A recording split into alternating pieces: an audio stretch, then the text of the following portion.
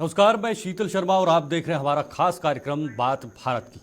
मोदी की गारंटी और कांग्रेस की गारंटी इस वक्त पूरे देश में गूंज रही है।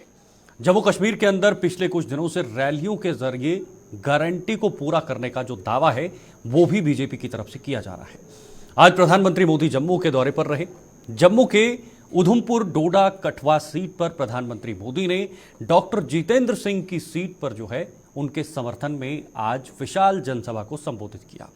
सबकी नजरें इस रैली पर बनी हुई थी।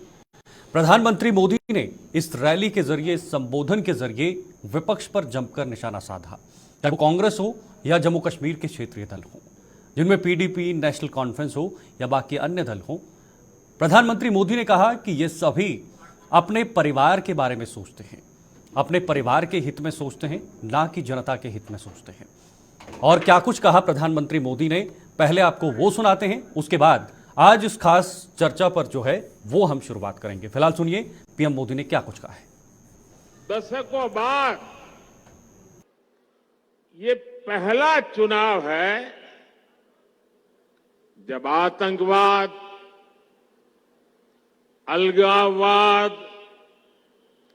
पत्थरबाजी, बंद, हड़ताल, सीमा पार से गोलीबारी ये चुनाव के मुद्दे ही नहीं है।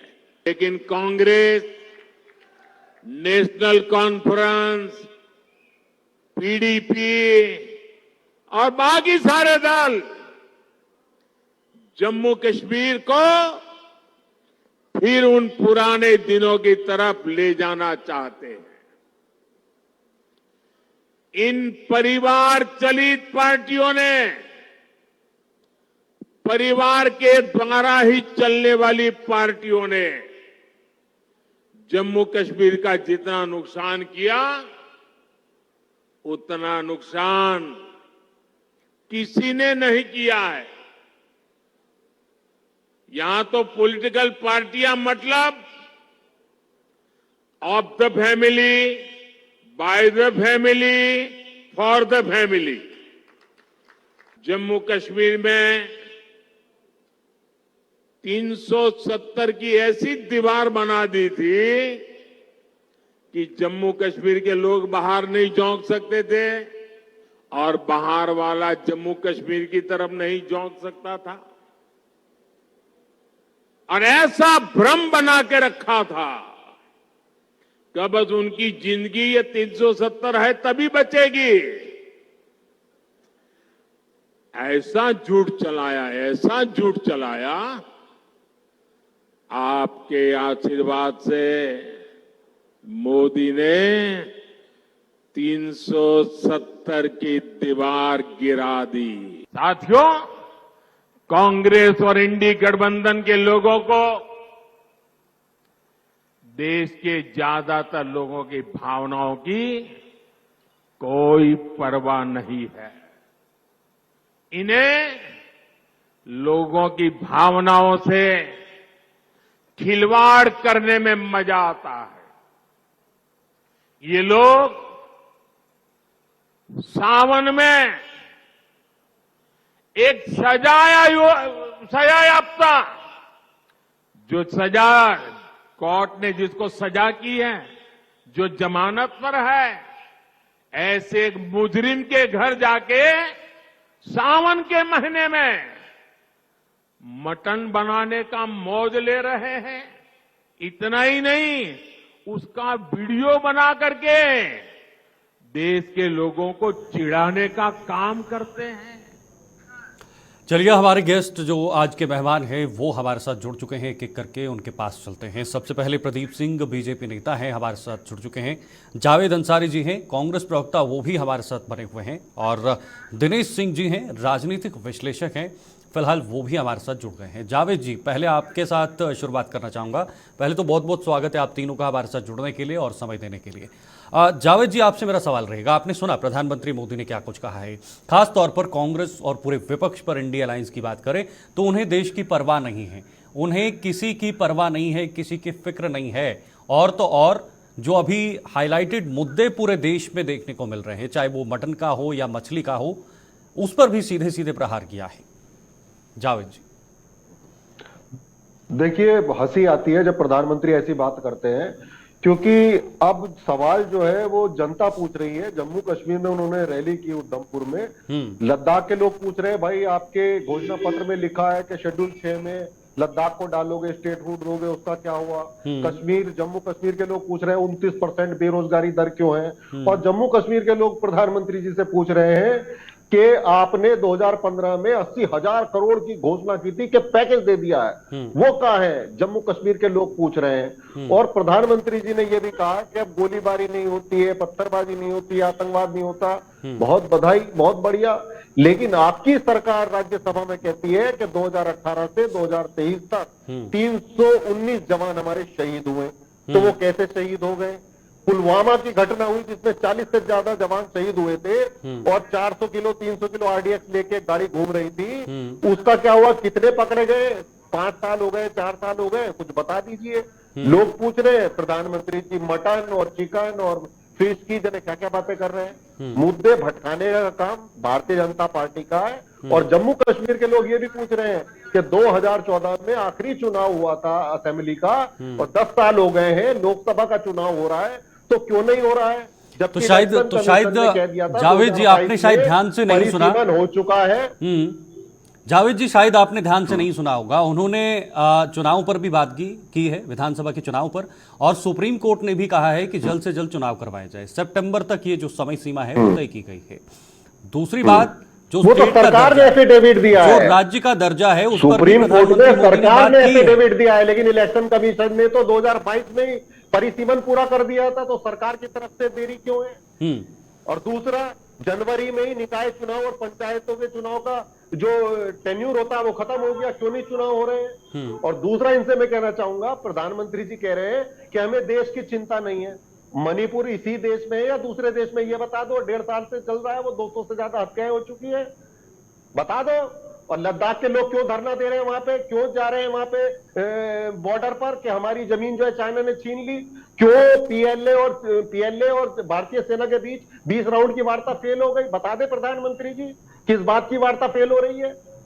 आज रोजगार, बेरोजगारी, महंगाई, यही मुद्दे हैं। लेकिन मोदी जी के आप भाषण सुन लीजिए, हार की बौखलाहट, हार का डर, वो चिकन मटन फिश क्या क्या बोल रहे हैं। प्रधानमंत्री को शोभा देता है बातें करने का? ठीक है, नहीं देता है। ओके प्रदीप जी, रोजगार दीजिए जी। प्रदीप जी, जावेद जी का कहना है मुद्दा रोजगार का है, मुद्दा युवाओं का है, मुद्दा किसानों का है, मुद्दा कई सारे ऐसे मुद्दे देश में हैं जिन पर बात नहीं की जा रही है। बात सिर्फ चिकन और मटन पर आ गई है।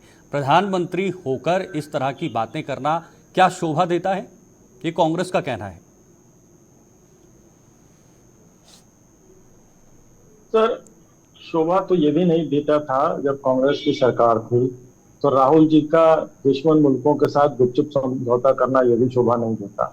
हालांकि इस बात को यहीं छोड़ते हैं, मैं आगे आता हूं इनके जवाब पे। ये देखिए क्या है कि जब आप चुनावी हिंदू बन जाते हैं और भ्रमित करने का प्रयास करते हैं, जनता को जाते हैं, छलते हैं और एक स्पेसिफिक वोट बैंक के लिए आप अपनी जो है कारस्तानियां करते रहते हैं, तो क्या विरोधी दल होने के नाते हम उस पर टिप्पणी भी नहीं कर सकते? आखिर जनता को जागरूक करने, लोकतंत्र में जनता को जागरूक किया जाता है अपनी विचारधारा से, अपने विकास की बातों से और अपने एजेंडे से जागरूक किया जाता है कि भाई हमें वोट दीजिए, हम इस पे आपको देश को आगे लेके चलेंगे।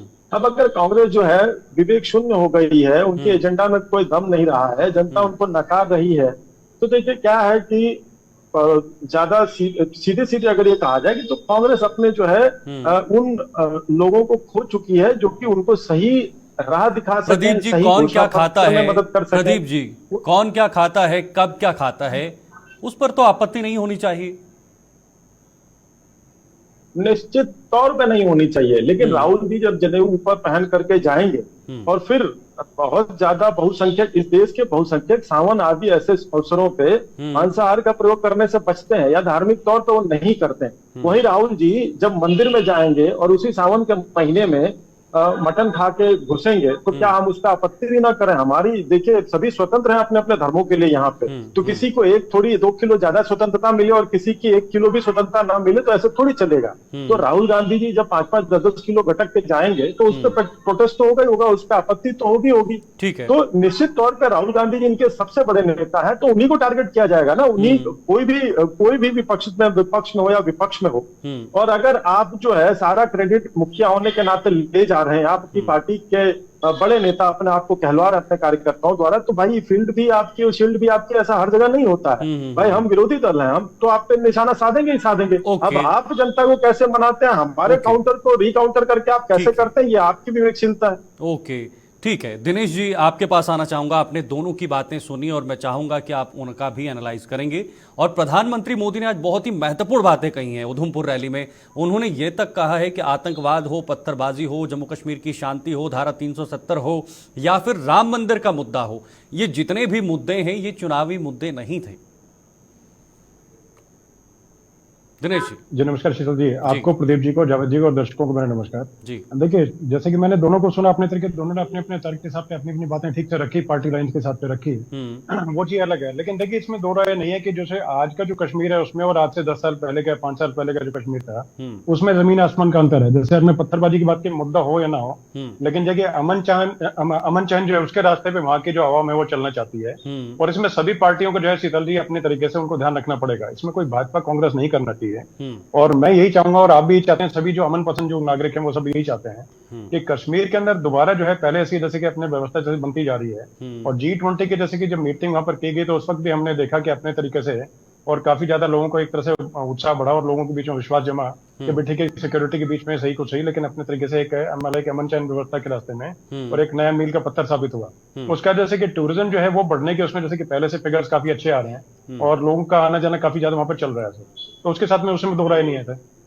लेकिन उसके बीच में देखने वाले कहीं ना कहीं जैसे वहां के जो राजनीति हैं, जैसे कि क्षेत्रीय जो दल है उनका देखिए उनकी जिम्मेदारी बनती है और राष्ट्रीय दल है उनकी भी जिम्मेदारी बनती है। तो साथ में एक मंच पे आकर के और एक सार होकर के, ठीक है अपनी चुनाव लड़े अलग बात है, अपने मुद्दों को लेकर लड़े, लेकिन मुद्दे किस तरह के मुद्दे हैं? तो मुद्दे देखिए इस तरह के हों शीतल जी, इसमें बोले कि ठीक है विकास के लिए हम ये कार्य करेंगे। जैसे कि प्रधानमंत्री मोदी ने फरवरी के अंदर भी और 32,000 करोड़ की मेरे ख्याल परियोजनाएं दी थी और उसके बाद में कुछ न कुछ घोषणाएं की। और जैसे कि जावेद जी ने कुछ चीजें बोली तो देखिए सर कि विपक्ष का कार्य यही होता है, अगर 90,000 करोड़ की योजनाएं जैसे आपको लगता है कि नहीं जमीन पे उतर पाई हैं, तो आप लोग उतर के मंच पे होकर के जमीन पे, रोड पे, मतलब एक पत्रकारिता के माध्यम जहां से आपका मन करे वहां से करके आवाज उठाइए उसे। क्योंकि जैसे कि भाजपा और एनडीए गठबंधन जो है, मतलब दोनों तरह की बातें मैं करना चाहूंगा उसे। तो वो जब ज्यादा लंबे समय तक जब भाजपा गठबंधन जो है वो बहुत लंबे समय तक जो है एक तरह से विपक्ष में रहा और कांग्रेस जो थी वो राज में रही, तो एक तरह से विपक्ष में बहुत मजबूत तरीके से, बहुत दमदार तरीके से आवाज उठाती, तो वो चीजें मुखर होती हुई जो है कांग्रेस की या इंडिया गठबंधन की चीजें नजर नहीं आती ऐसे। ये चीजें बोले कि उसमें जैसे कि 370 हटाने की बातचीत थी, तो उस वक्त महबूबा मुफ्ती जो थी वो भी हो गया और एनसी है, नेशनल कॉन्फ्रेंस जो है वो भी यही उनकी तरफ से आता है। भी आगे मतलब अगर हटी 370 तो उसके बाद में यहाँ पर तिरंगे को कंधा देने वाला नहीं मिलेगा, लेकिन तिरंगा तो बड़ी शान से लहरा रहा है। लाल चौक पे बड़ी शान से जो है तिरंगा लहरा है, 15 अगस्त भी, 26 जनवरी पे भी, और सबको फक्र है उस चीज का। तो अपने तरीके से इन चीजों को ना लेकर के अमन चैन के रास्ते में जो जैसे क्रिकेट खेले बच्चे, फिल्म जो सिनेमा हॉल है वो मतलब कि एक तरह से मतलब जो पहले सुनसान वीरान पड़े थे वो एक तरह से पूरे तरीके से अपने जैसे उन्हें भीड़ भाड़ बढ़े, मार्केट प्लेस है उन्हें भीड़ भाड़ बढ़े। ठीक है, ओके जावेद जी, तरीके से शीतल जी सभी यही चाहते हैं और सभी पार्टी जी जावेद जी, प्रधानमंत्री मोदी ने आज परिवार पर भी जमकर निशाना साधा है, परिवारवाद पर लगातार उनका कहना है और हर रैली में परिवारवाद को लेकर वो जिक्र भी करते हैं। जावेद जी, आपसे सवाल है, प्रधानमंत्री मोदी ने आज कहा by the family, for the family, of the family, इस तरह की तमाम चीजें और घेर कर जो है वो परिवारवाद पर जमकर प्रहार किया है, चाहे वो क्षेत्रीय दल हो या फिर कांग्रेस हो। लगातार इस तरह की जो आरोप हैं वो आप पर लगते हुए नजर आ रहे हैं। ये परिवारवाद की बात रही। साथ ही साथ उन्होंने ये भी कहा है कि परिवारवाद के चलते जम्मू कश्मीर पीछे चले गया था, हम इसको आगे की तरफ लेकर आए हैं, लेकिन अगर फिर इन्हीं के हाथों जाता है तो ये जम्मू कश्मीर जो है ये बर्बाद हो जाएगा इन परिवारवादों के हाथ में। ठीक है, परिवारवाद की बात अगर प्रधानमंत्री जी करते हैं तो सबसे ज्यादा परिवारवाद भाजपा में है। पीयूष गोयल किसके बेटे हैं? जेपी नड्डा किसके बेटे हैं? पंकजा मुंडा किसकी बेटी है? राजनाथ सिंह के बेटे कौन है? सिंधिया परिवार इनके परिवार में है। और दूसरा, आप पंजाब चले जाइए तो अकाली दल का परिवार इनके साथ है। सबसे ज्यादा परिवारवादी लोग यही हैं, लेकिन ये दूसरों को आरोप लगाते रहते हैं। दूसरा ये कह रहे हैं कि विकास पीछे चला जाएगा। 10 साल से आप सत्ता में हो और आपकी 2014 से वहां सरकार है, अब केंद्र उस पर शासन कर रहा है। तो आपने क्या ऐसा किया कि आप कहें कि हमने कश्मीर को ये बदल दिया और पहले नहीं था? मैंने आपको आंकड़े सरकार के दिए, 319 जवान हमारे 2018 से 2023 तक शहीद हो गए। इसका जिम्मेदार कौन है? पुलवामा की घटना हुई, 40 जवान शहीद हो गए, इसमें इसका जिम्मेदार कौन है? कोई अरेस्ट हुआ हो तो बताइए, कोई जांच कहां तक पहुंची हो? तो हमारे आपकी जवान सरकार में क्या शहीद हो स्थिति जाते, थी? कोई जांच ही नहीं हो रही देश में। 2014 से पहले जब आप सरकार में थे तब क्या स्थिति थी? आप आंकड़े कंपेयर कर लीजिए, दीजिए आंकड़े मुझे। अगर हमारे 10% चीजें होती तो इनके यहाँ 90% हो रही है आज सारी चीजें। लेकिन झूठ इतना बोलते हैं। लद्दाख में क्या हो रहा है? धारा 144 क्यों लगी हुई? कि कहीं लोग दुनिया को सच न बता दें कि मोदी राज में हो क्या रहा है। क्यों मांग कर रहे हैं वो स्टेटहुड की? क्यों मांग कर रहे हैं वो शेड्यूल 6 में हमें डाल दो? क्यों मांग कर रहे हैं? और क्यों 29% बेरोजगारी है? 2022 में नई इंडस्ट्रियल पॉलिसी लेके आए जम्मू कश्मीर के लिए, और वहां पे टूरिज्म की दिनेश भाई बात कर रहे थे, केवल 87 करोड़ रुपए का इन्वेस्टमेंट आया है हॉस्पिटैलिटी सेक्टर में। ये सरकार के आंकड़े हैं। क्या वहां लगा कितनों ने प्रदीप जी, वो बता दे। प्रदीप जी, प्रधानमंत्री मोदी ने बता जम्मू कश्मीर को लेकर तमाम सारी बातें कही हैं। स्टेटहुड को लेकर प्रधानमंत्री मोदी ने बातें कही, 370 को लेकर यह भी विपक्ष को चुनौती दी है कि आपको मेरी चुनौती है, आप अगर कर पाएं तो 370 को वापस लाकर दिखाएं। लेकिन लद्दाख की कोई बात नहीं आई। क्या लद्दाख हमारा हिस्सा नहीं है? क्या लद्दाख इस देश का हिस्सा नहीं है? अगर लद्दाख के बारे में भी दो बातें बोल देते, या जो लगातार पिछले कई दिनों से लद्दाख की एक मांग चल रही है उस बारे में भी कोई संतुष्टि अगर लद्दाख वासियों को देते तो क्या होता? शीतल जी, देखिए, जिस प्रकार से कांग्रेस जो है इन मुद्दों को लेकर के आ रही है, देखिए क्या है कि हमारा एजेंडा था धारा 370 को हटाना, और हमने उसको एक रणनीति के तहत सरकार सारे विभागों, सारी जो सुरक्षा एजेंसियां हैं उनसे बिना लिए, क्यों क्या ना कि राहुल गांधी जी ने एक बार क्या है कि 2014 से पहले एक अध्यादेश पढ़ा था, उसी सरकार के वो नेता है, उसी सरकार ने वो अध्यादेश लाया था और उन्होंने जोश में पढ़ दिया था। तो सरकारें इस प्रकार से नहीं चलती कि आप घर के दुलारे बच्चे हैं तो आपके हर जिद चलेगी। सरकार ये किसी व्यक्ति या किसी परिवार की ऐसी बात नहीं होती है। सरकार यानी जो प्रधानमंत्री या जो सरकार नेतृत्व कर रही होती है उस पर बहुत बड़ी जिम्मेदारी होती है, 135 करोड़ लोगों की जिम्मेदारी होती है, और केवल टशन में आकर के टशन नहीं दिखाया जाता, सरकार बड़ी जिम्मेदारी का काम है। तो ये जो लद्दाख वाला मुद्दा और जो कश्मीर वाला मुद्दा ये भाई साहब उठा रहे हैं, जावेद भाई, तो मैं बताना चाहूंगा कि जब उसका परिपक्व समय आएगा तो वो हो जाएगा। केवल आपको संतुष्ट करने के लिए, देखिए इनके शासनकाल में तो ये भी आरोप लगते थे कि सेना की वर्दी में आतंकवादी आते थे और उन्हें कहा जाता था सेना की वर्दी में आए। अब इसलिए वो कंटिजेंसी करके चले गए क्योंकि वो सेना की वर्दी। प्रदीप जी, अगर जम्मू में सब कुछ बदला है, जम्मू में आप सब कुछ बदलने का दावा कर रहे हैं, प्रदीप जी आप कह रहे हैं जम्मू में बहुत कुछ बदला है, यहां पर युवाओं को नौकरियां मिली हैं, युवाओं ने पत्थरबाजी छोड़ी है, अमन शांति हुई है, आतंकवाद कम हुआ है, पाकिस्तान की तरफ से गोलीबारी कम हुई है। ये अगर तमाम तरह की चीजें जम्मू कश्मीर के अंदर हो रही हैं तो चुनाव क्यों नहीं, स्टेटहुड क्यों नहीं? लोगों को लोकतांत्रिक एक जो ढांचा है उसके अनुसार यहां पर उनको अधिकार क्यों नहीं मिल रहे हैं?